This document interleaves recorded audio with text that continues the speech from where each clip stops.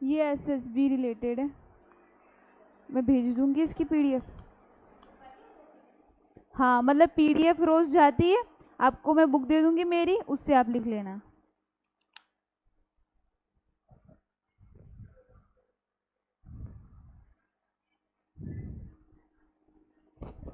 ये कहाँ है, सब इनको बुला के लाओ।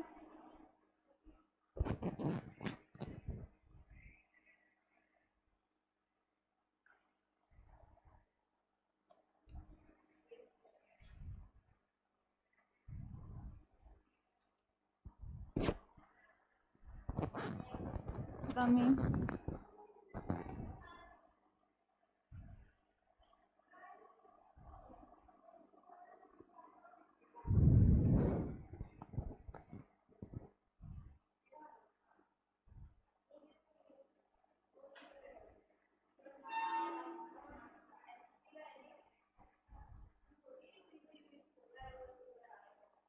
क्या हुआ?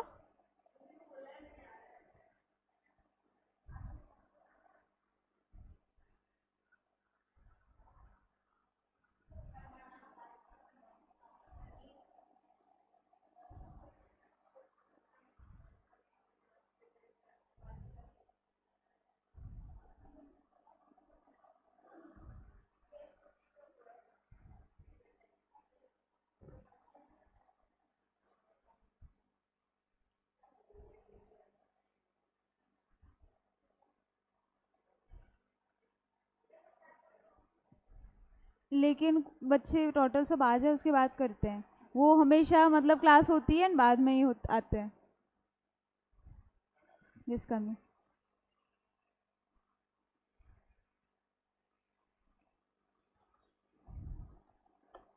तो जो ये पहला हफ्ता था उसमें हमने सबसे पहले तो मेरी फर्स्ट क्लास थी ओरिएंटेशन की, एंड उसके बाद हमने पूरा स्टेज 1 अच्छे से किया कि OIR का सैटरडे को टेस्ट हुआ था। एंड जो जो नहीं थे मैं मैम से कह के PDF भिजवा दूंगी टाइम लिमिट के साथ, वो पेपर पहले सॉल्व करना है एंड मुझे सबमिट करना है, मैं उसके आंसर्स बताऊंगी। किसी से पूछना नहीं है यहाँ पे, कोई बताना भी मत, मैंने आंसर सबके बता रखे हैं क्वेश्चन के।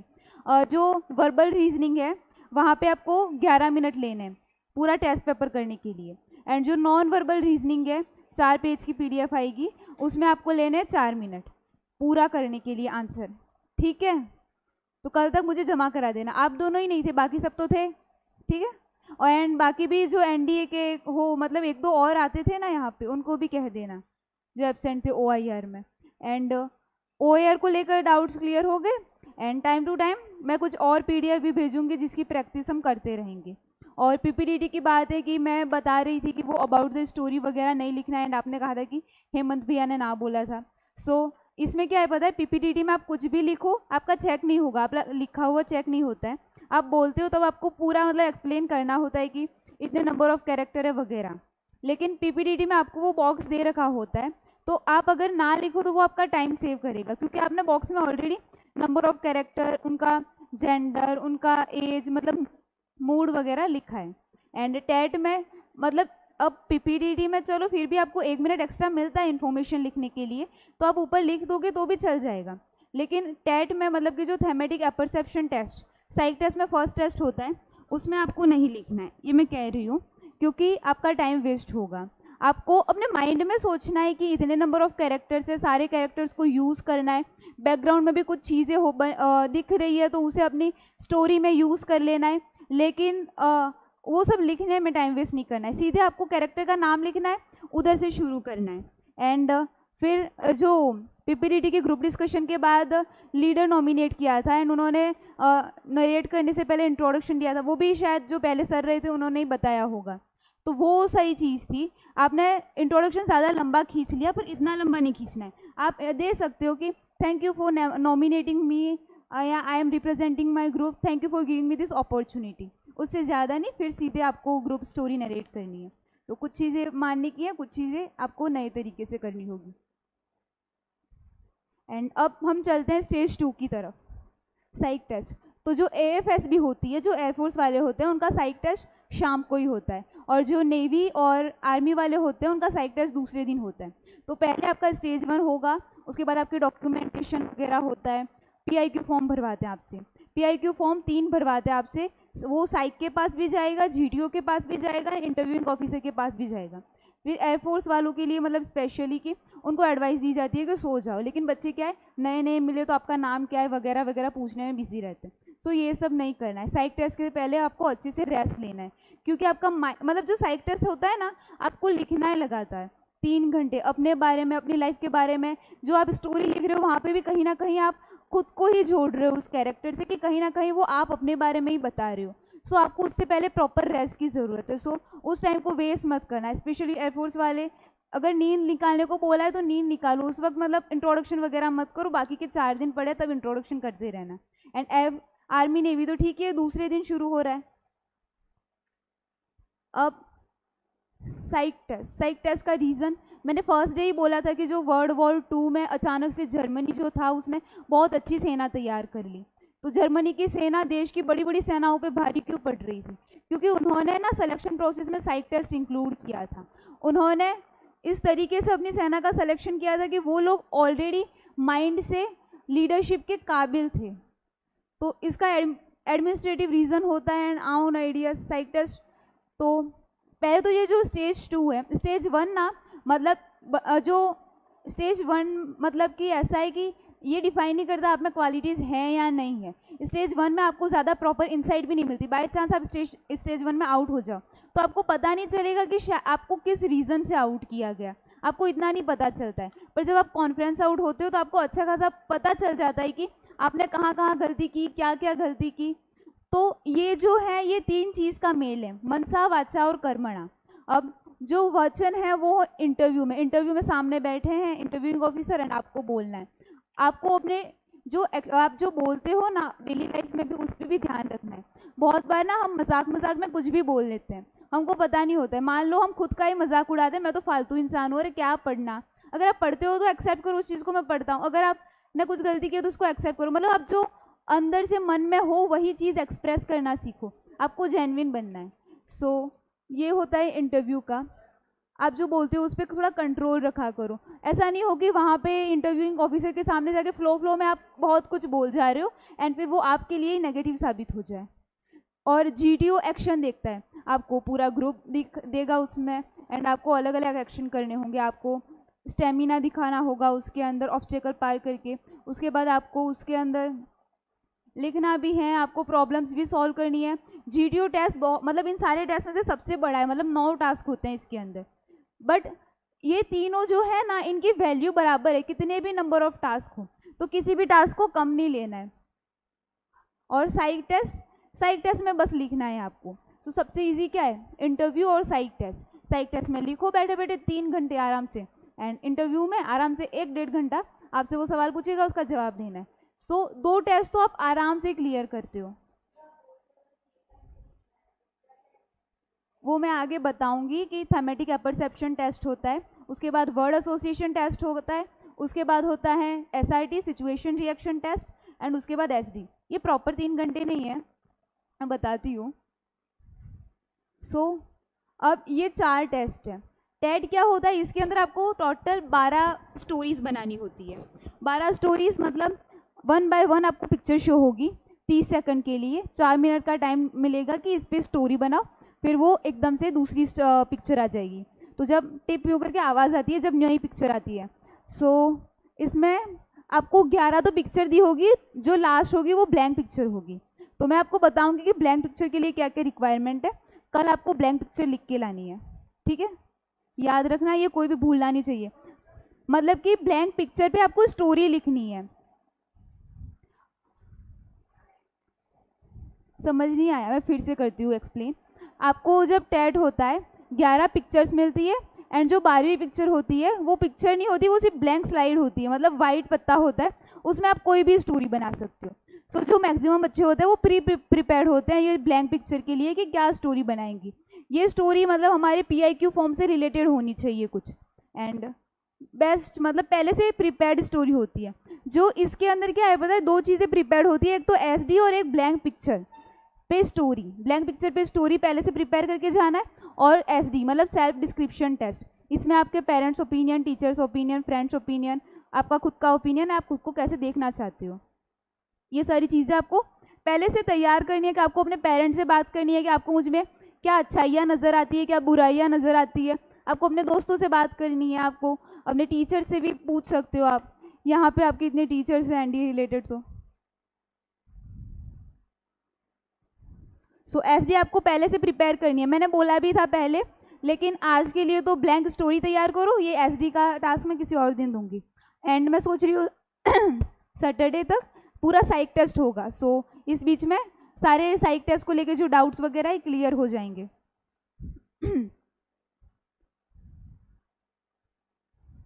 एंड क्या है, आप जब एसडी लिखते हो सेल्फ डिस्क्रिप्शन, वहाँ पे आपको मतलब अच्छे अच्छे पॉइंट्स लिखने हैं जो आपके OLQs बताए कि आप कितने जिम्मेदार हो वगैरह वगैरह।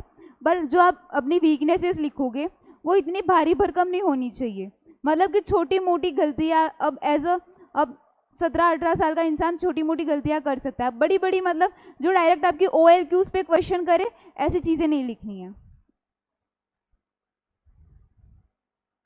एंड थेमेटिक अपरसेप्शन टेस्ट जो है, इसकी पिक्चर कैसे बनानी है तो मैंने PPTD वाले में सब कुछ एक्सप्लेन किया। बातें ज़्यादा ज़रूरी है अभी। PPTD में मैंने अच्छे से एक्सप्लेन किया था कि स्टोरी कैसे बनानी है, नेगेटिव नहीं होनी चाहिए, कैसे कैरेक्टर देखने हैं, कैसे हर चीज़ का इस्तेमाल करना है। अब जैसे कि मान लो कि मतलब कि जो बैकग्राउंड में चीज़ें हैं ना, उनको भी यूज़ किया करो। एक बार हम करेंगे, उसके बाद उसकी देखेंगे। एंड मैंने जो PPTD कराई थी, मैंने बोला था कि जो पिक्चर है उस पर भी 4-5 स्टोरीज बनानी है। बट आई थिंक मैम ने वो सेंड नहीं किया होगा फ़ोटो, तो मैं उनसे कहूँगी एक बार सेंड हो जाएगा वो फ़ोटो, उसके बाद वो बनाना। Blank picture, so blank picture पे आपको स्टोरी बना के लानी है। तो कैसे बनानी है? नेगेटिव स्टोरी नहीं बनानी है। डोंट राइट डिफेंस और रिपीटिंग स्टोरी, मतलब ऐसी कोई स्टोरी नहीं लिखनी है जो नॉर्मली हम कहीं सुनते हैं। रिपीटिंग ऐसा नहीं लगना चाहिए कि कहीं दूसरी ओर से पड़ी हुई है। ऐसी स्टोरी होनी चाहिए जो आपके खुद के दिमाग से आई है। डिफेंस रिलेटेड चीज़ें नहीं होनी चाहिए, नहीं तो ऐसा लगता है कि आप बहुत ज़्यादा डेस्पिरेट हो। आप बहुत ज़्यादा डेस्पिरेट हो कि यही करना है, ये नहीं हुआ तो ये हो जाएगा, वो हो जाएगा। मतलब इतनी सारा डेस्पिरेशन भी अच्छी नहीं है। आपको एकदम कूल रहना है। And don't talk about problems like political issue, religion matters etcetera. So ऐसी चीज़ों पे बात नहीं करनी है। जब ब्लैंक पिक्चर है तो आपको अच्छी चीज़ें बोलनी है। अब जो पॉलिटिकल इशू होते हैं, रिलीजन मैटर होते हैं, इन पे हम ना कितना भी बोलना कभी कम नहीं होता है। अगर आपको रियल में इम्प्रूवमेंट चाहिए तो आपको एक्शन ज़रूरी होते हैं। इन चीज़ों पे बोलकर कोई मतलब नहीं है। इन पे अगर डिस्कशन करने चाहे तो बहुत लंबी लंबी डिस्कशंस हो सकती है। सो ऐसी चीज़ों को इन्वॉल्व ही नहीं करना है। ब्लैंक पिक्चर में आपको एक अच्छी सी स्टोरी अपने PIQ फॉर्म से रिलेटेड, जो आपकी लाइफ से रिलेटेड जाती हो। मान लो कि आप क्रिकेट खेलते हो, कबड्डी खेलते हो, तो उस गेम वगैरह किसी टूर्नामेंट मैच से रिलेटेड आप बोल सकते हो, कुछ लिख सकते हो। या फिर कोई साइंस फेयर हुआ हो, आपने कुछ इनोवेटिव आइडिया सोचा हो, आप उसके बारे में लिख सकते हो। या फिर आप एज अ फ्रेंड डिस्कशन कि आप कैसे प्रोडक्टिवली वर्क करते हो, उसके बारे में लिख सकते हो। कुछ भी अच्छा जो आपके हॉबीज से रिलेटेड जाता हो, something positive happened in life. या फिर ऐसा भी लिख सकते हो जैसे कि है ना, कुछ लोगों को समाज सेवा वगैरह करने का शौक होता है, तो आपने ना एक वॉलंटियरिंग ग्रुप बनाया। एक गांव के अंदर पहले एक छोटा सा वॉलंटियरिंग ग्रुप बनाया। वॉलंटियरिंग मतलब कि आप स्वेच्छा से हेल्प करते हो, जहाँ पे अलग अलग फाउंडेशंस होते हैं, NGOs होते हैं, वो करते हैं। तो कुछ जैसे कि फ्री बच्चे वगैरह हैं वो हेल्प करेंगे, जिसमें डोनेशंस आएगा गांव के। ऐसे डोनेशंस वगैरह जो लोग चाहे वो कर सकते हैं। तो एक तरीके का ये इनिशिएटिव है। ऐसे एक्शंस आए, ऐसा कुछ किया करो जो आपकी लाइफ से रिलेट कर जाए। कोई भी इमेजिनेटिव स्टोरीज चलेगी। एंड खुद का जेंडर एंड जो एज है वो मेन कैरेक्टर की जो है वो खुद से रिलेटेड होनी चाहिए। एंड एक और बात की, जो स्टोरी शुरू होगी वो मेन कैरेक्टर से ही शुरू होनी चाहिए। ऐसा नहीं है कि आप एज अ थर्ड पर्सन ये पूरी कहानी जज कर रहे हो कि यहाँ से ये इंसान आ रहा है, वहाँ से वो इंसान। आपको उस कहानी में इन्वॉल्व होना है। सो मेन कैरेक्टर ही फर्स्ट कैरेक्टर है, उसी से स्टोरी शुरू होती है, उसी के अराउंड पूरी स्टोरी रिवॉल्व होती है। फिर आता है वर्ड एसोसिएशन टेस्ट। देखो डेट तो है ना, 1 बाय 1 पिक्चर्स आएगी, आपको स्टोरीज बनानी है 4 मिनट तक। 4 मिनट का टाइम है, लिखो उसके बारे में ब्लैंक पिक्चर, आपको ब्लैंक स्टोरी तैयार करके आनी।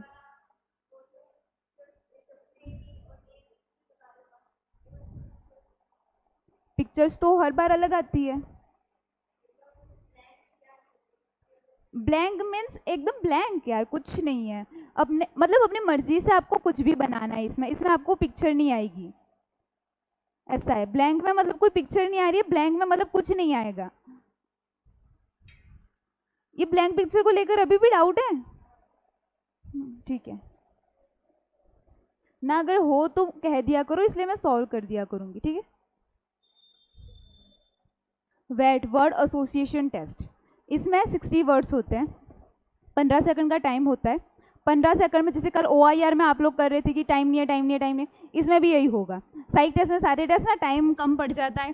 टेट में भी 4 मिनट का टाइम है, आप बहुत बार पूरी स्टोरी कंप्लीट नहीं कर पाते, तो आपको फटाफट करना है। अब PPTT में अगर आपकी स्टोरी छूट भी जाए, आपको नरेशन के टाइम पे टाइम मिल जाता है कि आप सारी स्टोरी बोल दो, लेकिन आपको टेट में कोई नया टाइम नहीं मिलेगा। आप जो लिख रहे हो उसी से वो साइक है, जो साइक टेस्ट वाला ऑफिसर है वो जज करेगा। सो आपको सब कुछ कंप्लीट करना है, सो इसके लिए टाइम मैनेजमेंट की प्रैक्टिस होनी चाहिए। तो क्या होता है, जैसे कि आप टेट में थोड़ा छूट गया तो आप वेट कर रहे हो, आपने कुछ जल्दी करी, SRT कर रहे हो, थोड़ा जल्दी हो गया तो उतने में है ना पीछे पेज टर्न करके वो कंप्लीट कर दो टेट की स्टोरी। पर ऐसे कंप्लीट करो कि जो साइक का ऑफिसर है उसको दिखे ना, वरना फिर ये थोड़ा ना रूल तोड़ने में गिना जाता है।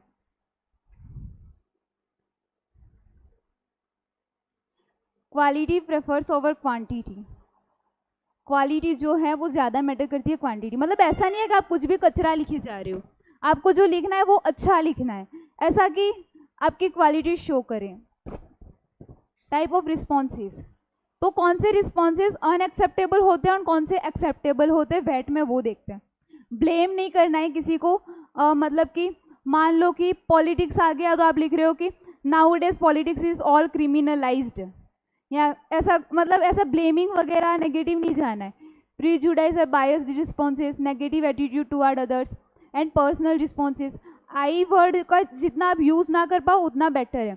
आई वर्ड तो कहीं पे यूज़ ही नहीं होना चाहिए वेट में। आपको इसमें ऑब्जर्वेशन करनी है, इसमें आपको एज अ थर्ड पर्सन, जैसे कि लिखा हुआ है वॉक, अब हम ना बचपन से क्या है, आई वॉक यू वॉक, मतलब टेंसेस हमने तो ऐसे ही पढ़े, गो तो शी गोज, यही आता है माइंड में, और तो कोई सेंटेंस आता नहीं है। पर आपको अब थोड़ा प्रोडक्टिवली सोचना पड़ेगा, गो पे क्या बेटर सेंटेंस आप बना सकते हो, तो going on walk is good for health, ऐसी अच्छी चीज़ें ऑब्जर्व करनी है। मतलब आपको I do this, I do that, मतलब खुद को इन्वॉल्व नहीं करना है इसमें, आई नहीं आना चाहिए, वरना ऐसा लगता है कि ये इंसान बहुत ज़्यादा सेल्फ सेंटर्ड है, खुद के बारे में ही सोचता है। और शुड वगैरह नहीं करना चाहिए, जैसे कि मान लिया कि वर्ड आ गया स्मोक, तो आप लिख रहे हो one should not smoke in public area, या फिर one should not smoke, smoking is not good thing. So ऐसा लगता है कि आप आदेश दे रहे हो, मतलब आप ना लोगों को लेक्चर ही देते रहते हो, ऐसा लगता है। सो शुड वगैरह ऐसी चीज़ें यूज़ नहीं होती है। सजेशन नहीं देनी है। प्रोवर्ब्स, मतलब कि ये जो ईडियम्स वगैरह होते हैं, कहावतें होती है, ऐसी चीज़ें यूज़ नहीं करनी है, क्योंकि कहावतें वगैरह तो उन्होंने नहीं सुनी होगी क्या, वो साइक टेस्ट करा रहे हैं, मतलब आपको जानना चाहते हैं, आपके बारे में समझना चाहते हैं।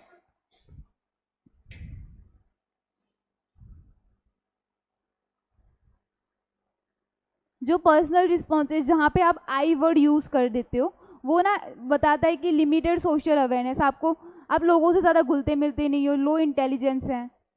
एक्सेप्टेबल रिस्पॉन्सेज क्या होते हैं, तो फिर इसके बारे में बात करते हैं। सो पॉजिटिव ओपिनियंस हो, limited emotional responses. So emotional responses क्या होते हैं, आप ना जहाँ पे अपनी फैमिली वगैरह को इंक्लूड करो, वो इमोशनल रिस्पॉन्सेज हो जाते हैं।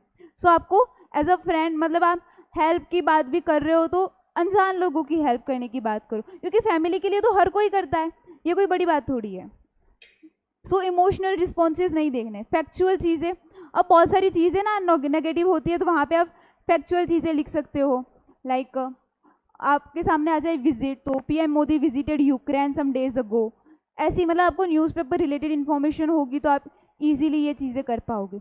लेकिन अभी क्या है, अभी आप सब रिटर्न की प्रिपरेशन ऑलरेडी कर रहे हो, तो मैं जो छोटी छोटी चीज़ें रोज़ रोज़ बताती हूँ, एक एक वही कर दिया करो। मैं यहाँ पे टास्क वगैरह डिस्क्राइब कर रही हूँ कि कैसे कैसे क्या क्या मतलब हैं, क्या क्या चीज़ें हैं। ये PDFs तो आपके पास रहेगी ही।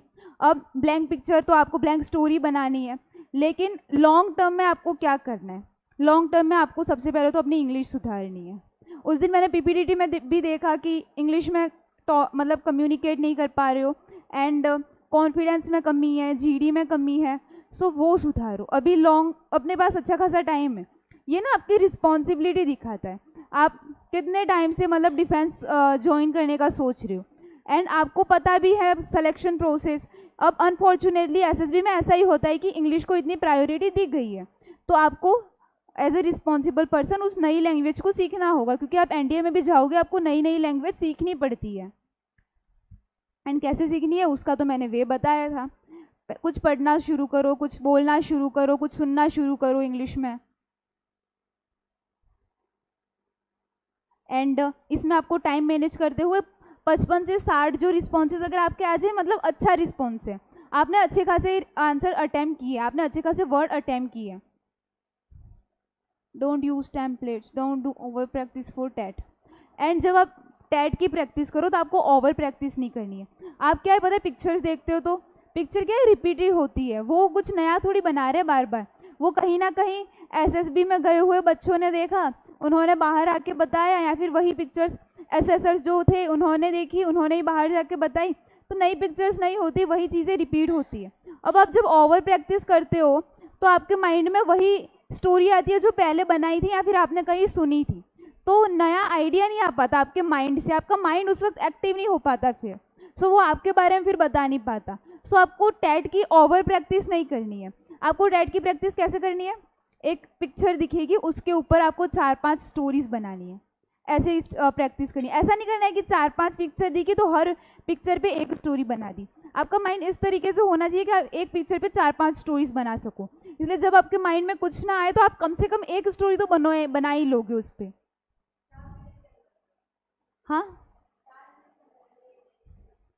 हाँ, मतलब कि नहीं, जब आप 4-5 बनाओ तब तो अच्छा खासा टाइम लो, तब टाइम ड्यूरेशन नहीं। टाइम ड्यूरेशन तब जब आप रेगुलर मतलब टेट अटेंड कर रहे हो, मतलब 11 पिक्चर्स आएगी तो सब पे करोगे, वो रियल साइक टेस्ट होगा तब 4 मिनट करना है। एंड वेट के लिए मतलब कि वर्ड एसोसिएशन टेस्ट के लिए कितने भी नंबर ऑफ प्रैक्टिस ठीक है। एंड साइक टेस्ट सुधारना है तो बुक पढ़ने की आदत डालो, बुक पढ़ना बहुत अच्छा होता है, बुक रीडिंग हैबिट आपकी इंग्लिश भी इम्प्रूव करेगी, आपका साइक भी इम्प्रूव करेगी, आपकी वोकेबलरी भी इम्प्रूव करेगी, जिससे आपकी रिटर्न में भी हेल्प होगी, आपकी ग्रामर भी थोड़ी बहुत इम्प्रूव होगी इससे, एंड आपकी कम्युनिकेशन भी इम्प्रूव होगी। बुक रीडिंग करो या फिर न्यूज़पेपर रीडिंग करो। न्यूज़पेपर में आपका फिर जीके भी मतलब थोड़ा बहुत करंट अफेयर भी अच्छा होगा, सोशल अवेयरनेस आएगी कि इंडिया में आखिर हो क्या रहा है, अभी जियो पॉलिटिक्स में क्या चल रहा है। तो कोई भी एक चीज़ शुरू करो, पढ़ना शुरू करो रीडिंग इंग्लिश में। Focus on your task, do not worry about assessment. So task पे फोकस करो। ऐसा नहीं है कि मतलब कि मान लो कि आप एक कर रहे हो, वेट कर रहे हो, तो आप 55 समथिंग रिस्पॉन्सेज नहीं दे पाए तो आप लोग उसी वक्त की अरे यार ये तो नहीं हो पाया, फिर वो चीज़ ना आपके अगले टास्क को अफेक्ट करती है। तो जब आप परफॉर्म कर रहे हो सिर्फ परफॉर्मेंस पे ध्यान दो, तब असेसमेंट वगैरह कैसे होगा, ये छूट गया वो छूट गया, ऐसे ध्यान नहीं देना है। सो अभी मैं सेपरेट बता रही थी टेट के लिए, वेट के लिए, अब इंक्लूडिंगली सारा साइक के लिए बात करते हैं। Understand the concept clearly, concept को अच्छे से समझो। Avoid unnecessary problem creating for the positive neutral image. तो जब पॉजिटिव इमेज हो, न्यूट्रल इमेज हो, नॉर्मल इमेज हो, तो ज़बरदस्ती प्रॉब्लम इंक्लूड नहीं करनी है।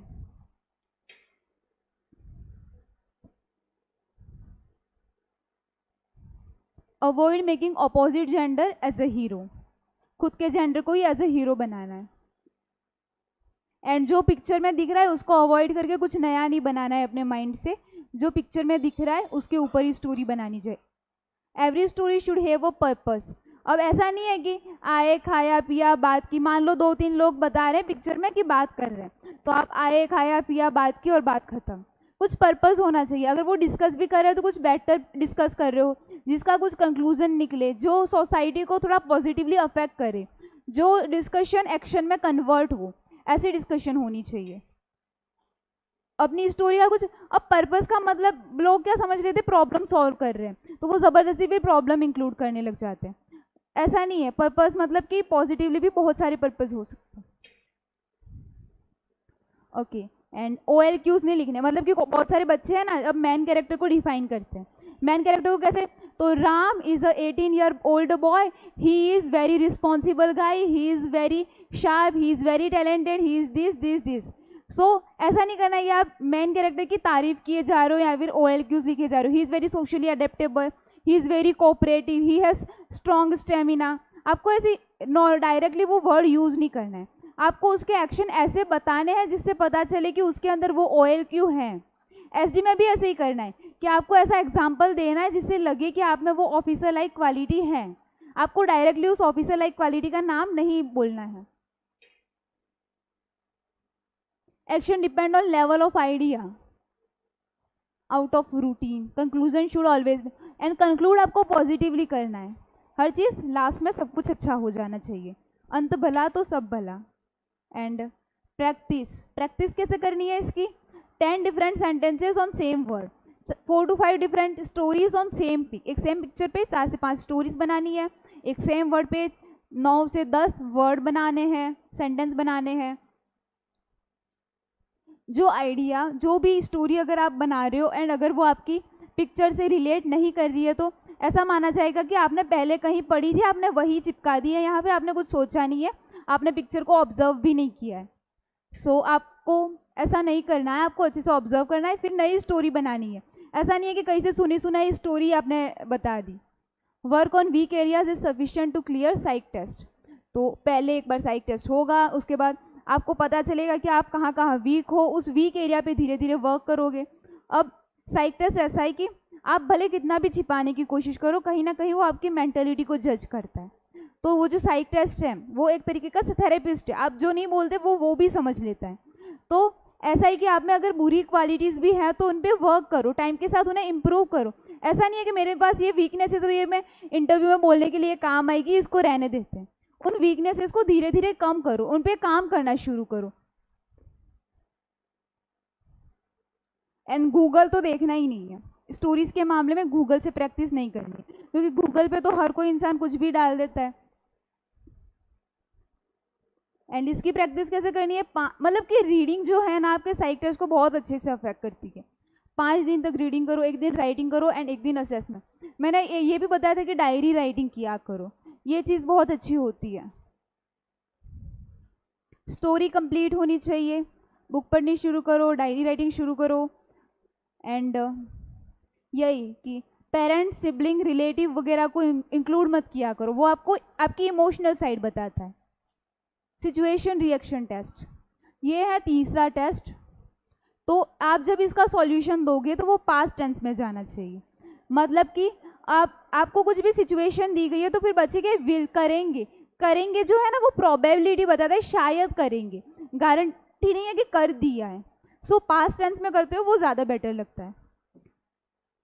अब SIT क्या है पता है, इसमें आपको बुकलेट मिलती है। यहाँ पे ऐसा नहीं है कि 10 सेकंड बाद चला जाएगा कुछ, या 10 सेकंड बाद सिचुएशन चली जाएगी। आपको पूरी बुकलेट मिलती है, आपको टाइम मिलता है अच्छा खासा, आधे घंटे समथिंग का टाइम मिलता है। 60 SIT होती है एंड आपको उनका रिस्पॉन्स देना है। And right full action in short. तो आप ना इसमें आपको लॉन्ग सेंटेंस नहीं करने। मान लो कि कुछ भी SRT है नॉर्मल, कोई भी SRT की, आप कहीं से जा रहे हो, गुंडों ने अटैक कर दिया आप पे, तो आप कैसे बिहेव करोगे। मतलब आप पब्लिक बस में होए, गुंडों ने अटैक कर दिया है, आप कैसे बिहेव करोगे। तो आप है ना लोगों की हेल्प लेने की कोशिश करोगे। So confronted them, people helped, situation solved, ऐसे जाना है। मतलब ऐसा नहीं है कि is, am, are, was, were, has, have पूरा सेंटेंस लिख रहे हो आप, आपको शॉर्ट में कंप्लीट कर देना है। तो ही आपके सारे जो रिस्पॉन्सेज है वो टाइम पे कंप्लीट हो पाएंगे। प्रैक्टिकलनेस होनी चाहिए। जैसे मैंने बोला था कि अब 4 जने गुंडे आ गए हैं, आपको चाकू लेके डरा रहे हैं, तो ऐसा नहीं है कि आप साउथ के हीरो, उनको मार दोगे आप। सो प्रैक्टिकल रहना है, खुद को वहाँ पे इमेजिन करना है कि आप होंगे तो वहाँ सच में क्या करोगे।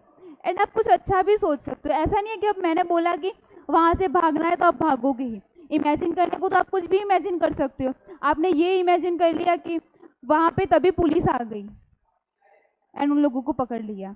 SIT क्या है कि आपकी जो कॉन्शियस माइंड है उसके बारे में, टैट वेट जो है वो आपका सबकॉन्शियस माइंड पढ़ता है। जो आप कहना नहीं चाहते हो वो भी कहीं ना कहीं साइक को पता चलता है। लेकिन SIT में ऐसा नहीं होता है। SIT कहीं ना कहीं आपकी इमेजिनेशन को चेक करता है। तो इसमें ना आप सोचने को तो कुछ भी सोच सकते हो, तो सोचने को बहुत वाइड करो, मतलब कॉन्शियसली तो आप उसका सॉल्यूशन निकालो। Observation is required, for that observation is required. Do not get too deep into your personal life and avoid being sentimental. So ये एसडी के लिए है कि अपनी पर्सनल लाइफ में ज़्यादा डीप नहीं चले जाना है, सेंटिमेंटल नहीं होना है, मतलब इमोशनल नहीं होना है। बी काम, ये तो इंटरव्यू के लिए है। ओके, सो यहाँ पे साइक टेस्ट का कंप्लीट होता है। सैटरडे को टेस्ट भी होगा, मैं 1 बाय 1 एक बार अलग अलग चारों टेस्ट कराऊंगी, उसके बाद करेंगे सारे टेस्ट एक साथ। उसके बाद ये है इंटरव्यू के लिए। इंटरव्यू के लिए फर्स्ट ऑफ ऑल तो अब इंटरव्यूअर बैठा है, आपसे सवाल पूछ रहा है, वो ना अब आप नर्वस होते हो, आपको थोड़ा कंफर्टेबल करने के लिए आपसे फ्रेंडली बात करेगा। तो जो बच्चे होते हैं वो अपनी पूरी दुख भरी कहानी शुरू कर देते हैं बताना, ये बुरा है वो बुरा है, मैं तो एनडीए पढ़ पढ़ के थक गया। ऐसा नहीं करना है, वो आपका दोस्त नहीं है, वो वहाँ पे इंटरव्यू लेने के लिए बैठा है, तो आपको फॉर्मली बात करनी है। वहाँ पे अपनी पर्सनल लाइफ में ज़्यादा डीप नहीं जाना है आपको ना। उसके लिए अच्छा खासा जियोपॉलिटिक्स का, न्यूज़पेपर का नॉलेज होना चाहिए। मतलब हम ना खुश हो जाते, जैसे मेरा सेकंड अटेम्प्ट था एंड जो इंटरव्यूइंग ऑफिसर था उसने ना सभी बच्चों से ज़्यादा पर्सनल लाइफ रिलेटेड क्वेश्चन पूछे थे एंड हम सब खुश थे कि अच्छा हुआ ज़्यादा आर्मी के बारे में नहीं पूछा, अच्छा हुआ एयरफोर्स के बारे में नहीं पूछा, क्योंकि हमें आता नहीं था। लेकिन जब ऐसा पर्सनल लाइफ के बारे में पूछते हैं तब आपके रिजेक्ट होने के चांसेस ज़्यादा हो जाते हैं, क्योंकि आपको अच्छे से इंट्रोस्पेक्शन नहीं होता। अब हमें इंट्रोस्पेक्शन नहीं था, अगर इंसान को अच्छा खासा इंट्रोस्पेक्शन है तो वो चीज़ अच्छी है। सो दोनों चीज़ों का बैलेंस होना चाहिए कि जब पर्सनल लाइफ रिलेटेड कुछ भी सवाल आए तो आपको अच्छा खासा पता होना चाहिए अपनी लाइफ के बारे में, अपनी लाइफ से रिलेटेड चीज़ों के बारे में। एंड बाकी जो नॉलेज होती है आर्म्ड फोर्सेस, मतलब नेवी, आर्मी एंड एयरफोर्स की नॉलेज होनी चाहिए। पॉलिटिक्स में क्या चल रहा है, थोड़ी बहुत हिस्ट्री की नॉलेज भी होनी चाहिए। करंट अफेयर्स में क्या चल रहा है इंडिया के बारे में, मतलब ओवरऑल आपको आइडिया होना चाहिए। इंटरव्यू एम्फेसाइज एंड शांत रहना है। ऐसा नहीं है कि आपको किसी क्वेश्चन का आंसर ना आए एंड आप वहाँ पे कांपने लग जाओ या फिर टेंशन में आ जाओ कि भाई अब तो मेरा सिलेक्शन कैंसिल। ऐसा नहीं होता है, मतलब एक क्वेश्चन पे या दो, मान लो कि आपको पूरे इंटरव्यू में कुछ आया ही नहीं तो भी आप सेलेक्ट हो जाओ। सो किसी एक क्वेश्चन पे या एक टास्क पे आपका सिलेक्शन जज नहीं होता। सो PIQ जो होता है वो इंटरव्यूइंग ऑफिसर के पास भी जाता है। सो आपको PIQ से रिलेटेड चीज़ें तैयार करनी। Stop dreaming about your dream, start living around your dream. So सिर्फ ड्रीम करने से कुछ नहीं होगा, उसके बारे में वर्क करना शुरू करो। एंड एज अ सोल्जर जहाँ से आपको जो अच्छा सीखने को मिले आपको एक्सेप्ट करना चाहिए। एंड मान लो कोई इंसान आपको बताए कि आप में ये बुराइयाँ हैं, ये वीकनेसेस है, तो आप ऐसा नहीं है कि उस इंसान से लड़ने लग जाओ कि भाई तूने मेरे बारे में ऐसे कैसे बोल दिया। उस चीज़ को एक्सेप्ट करो, अगर आपके अंदर सच में है तो एक्सेप्ट करो एंड उस चीज़ पे काम करना शुरू करो। एंड अगर नहीं है तो इग्नोर देम, लोग तो कुछ भी बोलते हैं। इंटरव्यू, सो इंटरव्यू के लिए आपको जो जनरल टॉपिक्स होते हैं उसमें क्या क्या करना है, न्यूज़ पता होनी चाहिए आपको, न्यूज़ के बारे में तब आइडिया होना चाहिए। क्लैरिटी ऑफ थॉट्स, मतलब अपनी लाइफ से रिलेटेड जब क्वेश्चन आते हैं तो आपकी थॉट्स में क्लैरिटी होनी चाहिए। अबाउट एयरफोर्स, आर्मी, नेवी पता होना चाहिए, मतलब कि ऐसा नहीं है कि आपको तीनों के बारे में पता होना चाहिए। अगर आपने एयरफोर्स चूज़ की है, एयरफोर्स के बारे में बहुत अच्छे से जो क्वेश्चन आए सब कुछ मतलब अच्छे से प्रिपेयर करो। आर्मी नेवी भले प्रिपेयर ना हो, एयरफोर्स के बारे में जितना हो सके टू डीप प्रिपेयर करो। आर्मी की हो तो आर्मी के बारे में अच्छे से प्रिपेयर करो। एयरफोर्स नेवी ना हो पाए तो चल जाएगा। नेवी की हो तो नेवी के बारे में पता रखो। जियो पॉलिटिक्स मतलब जोग्राफिकल लेवल पे जो पॉलिटिक्स चल रही है कंट्रीज़ के बीच में, जैसे बात चल रही है रशिया, यूक्रेन, अमेरिका, सो ये politics. Farming, solid reasons with example. अब आप कुछ भी बोलो कि आप में ये स्ट्रेंथ है, आप में ये वीकनेस है, तो वो पूछेंगे गिव मी द एग्जांपल, क्या चीज़ है, क्या एग्जांपल है जिसकी वजह से आपको लगता है कि आप में ये बुराइयां हैं, क्या एग्जांपल है जिसकी वजह से ये लगता है कि आप में ये अच्छाइयाँ, ये स्ट्रेंथ है। Point of views, introspection, daily routine पे भी क्वेश्चन आता है, आपका डेली रूटीन क्लियर होना चाहिए। इम्प्रूवमेंट्स, फैमिली के बारे में, education and career choices, reason of choosing air force army navy कुछ भी। बैकअप प्लान्स क्या हैं आपके इसके अलावा। About participation in sports and curriculum activities, friends, teachers, choices, listening, speaking. तो जब आप इंटरव्यू करते हो ना, तो ऐसा नहीं है कि आपको सामने वाले इंटरव्यूअर को कन्विंस करना है। बहुत सारे मतलब ना हेजिटेशन में या तो बोल ही नहीं पाते, या बोलते हैं तो मतलब बहुत ज़्यादा बोल रहे हैं, उनको ही नहीं पता है कि वो बोल क्या रहे हैं, कन्फ्यूज है खुद। ऐसा नहीं है कि आंसर देना ही है हर क्वेश्चन का, ना आए तो भी। नहीं आए सर क्या, I don't know about this, या फिर I can't answer this. Take your time and then answer interviewer. Lesser you speak more better it is for you. Don't be nervous, self introspection is the key. अब ये मैंने लिखा है lesser you speak more better it is for. अब अगर आप अच्छा बोल सकते हो, आप बेटर बोल सकते हो, तो आप ज़्यादा भी बोलो, ऐसा कुछ नहीं है। लेकिन अब उसने पूछा, छोटा सा सवाल है, अगर आप उसका आंसर बहुत बड़ा दोगे तो कहीं ना कहीं वो आपके लिए प्रॉब्लम क्रिएट कर सकता है, वो आप उससे रिलेटेड और ज़्यादा सवाल पूछेगा।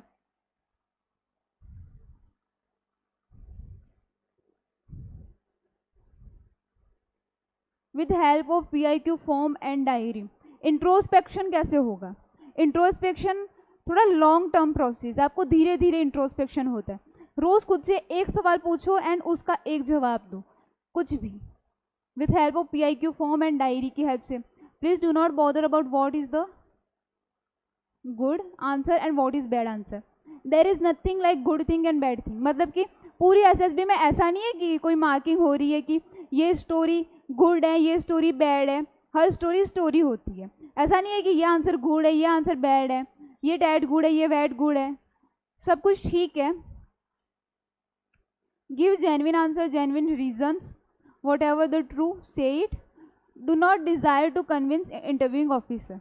अब ये क्वेश्चन आता है कि आप क्यों आर्मी ज्वाइन करना चाहते हो, क्यों नेवी ज्वाइन करना चाहते हो, एंड इंटरव्यूइंग ऑफिसर बोलेगा आई एम नॉट कन्विंस्ड। तो ऐसा नहीं है कि आपको रीजंस बदलने हैं, आपको थोड़ा और समझाने की कोशिश करनी है। अब फिर आप बोल सकते हो कि sir even if you are not convinced, this is the reason I want to join this force. वो तो मतलब आपको कहीं ना कहीं टेस्ट करने के लिए ऐसी चीज़ें बोलते हैं। वो ना कहीं आपको ये भी फील कराएंगे कि आप ना कितने बेकार इंसान हो, आपने इतने सालों में कुछ किया नहीं, आप सिर्फ एनडीए के पीछे पड़े हुए हो। कितने सारे करियर चॉइसेस है 12th के बाद, आपने कितने एग्जाम दिए हैं 12th के बाद, ये क्वेश्चन भी आता है। सो आपको उन चीज़ों में नर्वस नहीं होना है। इंटरव्यूइंग ऑफिसर को कन्विंस करने के लिए आंसर नहीं देना है, आंसर जेन्युइनली होना चाहिए कि आप क्यों करना चाहते हो, वगैरह वगैरह। So this is over. किसी को कोई क्वेश्चंस हैं इससे रिलेटेड?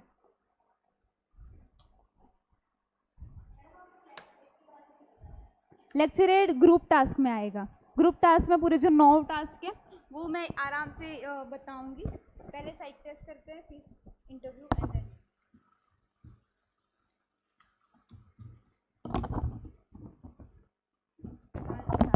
एंड मैंने OIR बोला है वो कर देना आप दोनों, एंड देन मुझे कल सबमिट कर।